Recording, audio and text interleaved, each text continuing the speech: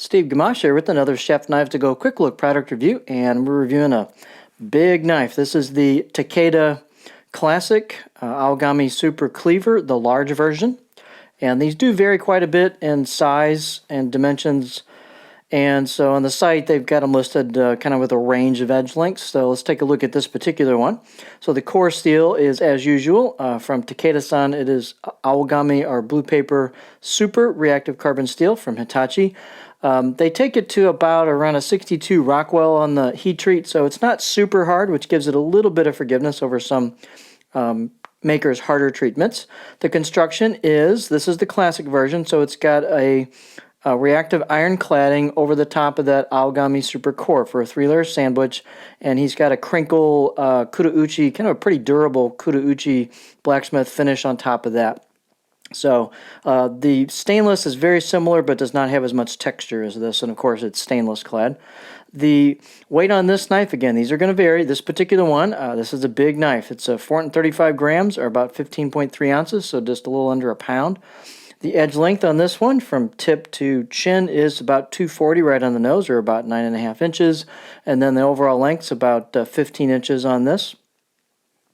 The spine thickness, I measured it in 3 places as I did the height. So what's pretty cool about the way this is hammered out is it's about 3.3 above the back of the blade, but then about halfway down it thins out to about 2.3, and then about 1.4 near the end. So it gets pretty thin near the end. It's pretty impressive looking at it from the vertical above the spine.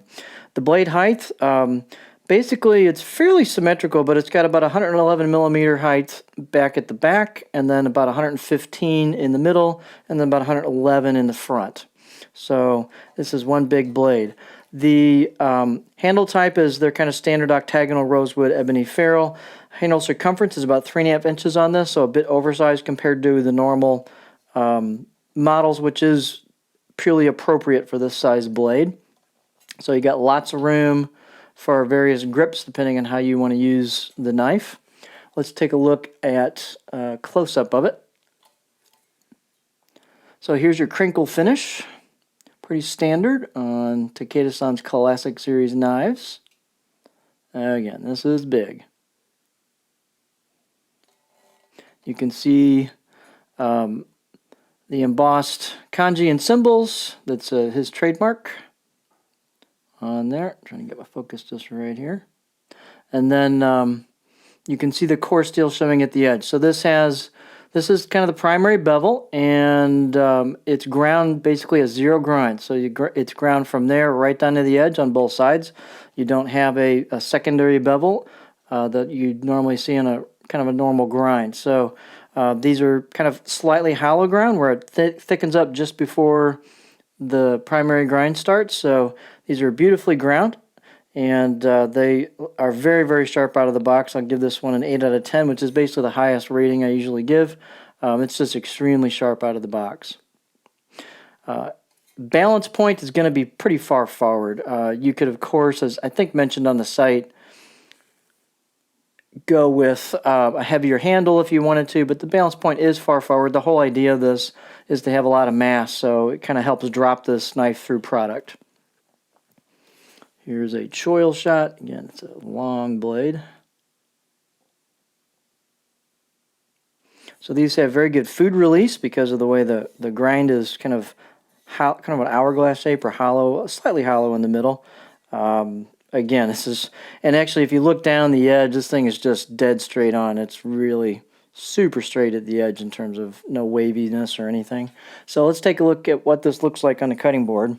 So again, this is heavy. It's going to drop through food. That's the whole point. It is big and mean. So fairly curvy, but kind of a shallow curve. Got to use some muscle to hold it up there in a horizontal position like this. But there's your profile on this.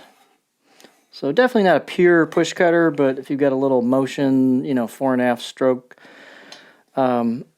as part of your knife strokes, this should work really well. So anyway, it is kind of unique. It is big, heavy, very, very sharp, and their take on a classic Chinese Chukabolcho.